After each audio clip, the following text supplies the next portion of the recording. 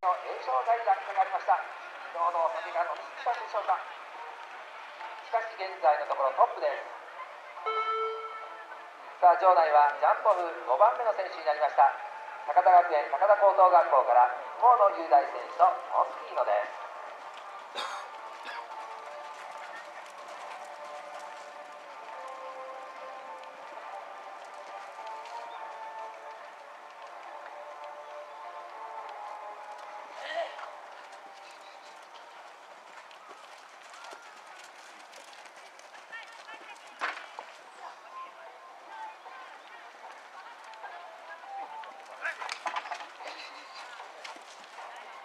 ドイツで生まれました16歳の馬、河野雄大選手、高校1年生、まだ減点ゼロの選手は誕生しておりません。最終のダブル障害、この選手のA障害で落下です。